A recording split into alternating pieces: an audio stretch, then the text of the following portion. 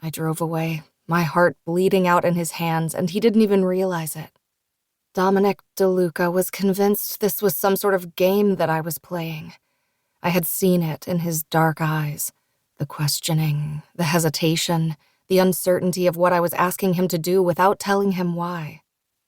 But Dominic, of all people, should have realized that if I was leaving information out, there was a damn good reason for it. I couldn't tell him anything without Trevor finding out about it and doing what he'd threatened. I'd promised that I'd marry him, be a good little wife, and play the part for as long as I had to.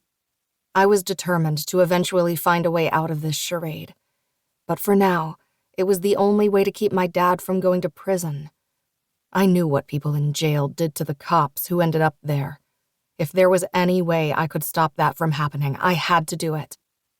Being in Dominic's presence, sharing the same air, had almost made me pass out. It was unnatural to be that close to him and not touch him. My body wanted to move to its rightful place, in his arms, but my brain refused to allow it. I had to be strong.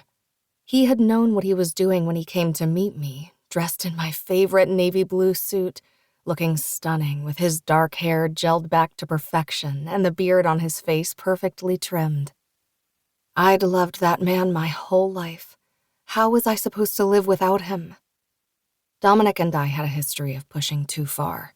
We'd tested limits and boundaries, all in the name of love, asking some pretty questionable things of the other. All of that was mostly in the past, though. We had been young when we first fell in love, first became each other's everything, and realized that this was what books, movies, and TV shows always talked about.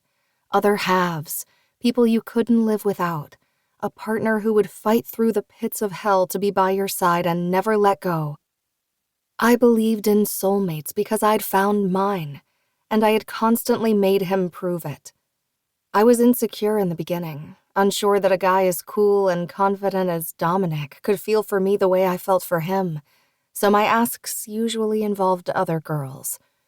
They wanted him. He was mine. He let them know they'd never have a chance in the most humiliating way possible. I asked him for cruelty. He delivered. I could be petty and immature. Dominic never scolded me for it, though. Not the way I did to myself when I was alone at night, torn between feeling elated that he could wield such harshness in my honor and hating myself for asking him to do it.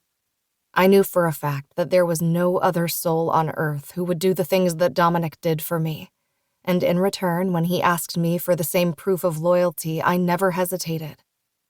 We were always making each other walk through fire. We both knew how screwed up we were acting back in those days, actually talked about it a lot, but we couldn't seem to help ourselves. I'd grown addicted to making him jump through hoops to prove his devotion. I craved his attention, needed it to survive at times. And Dominic? He would do anything I asked just to keep me happy.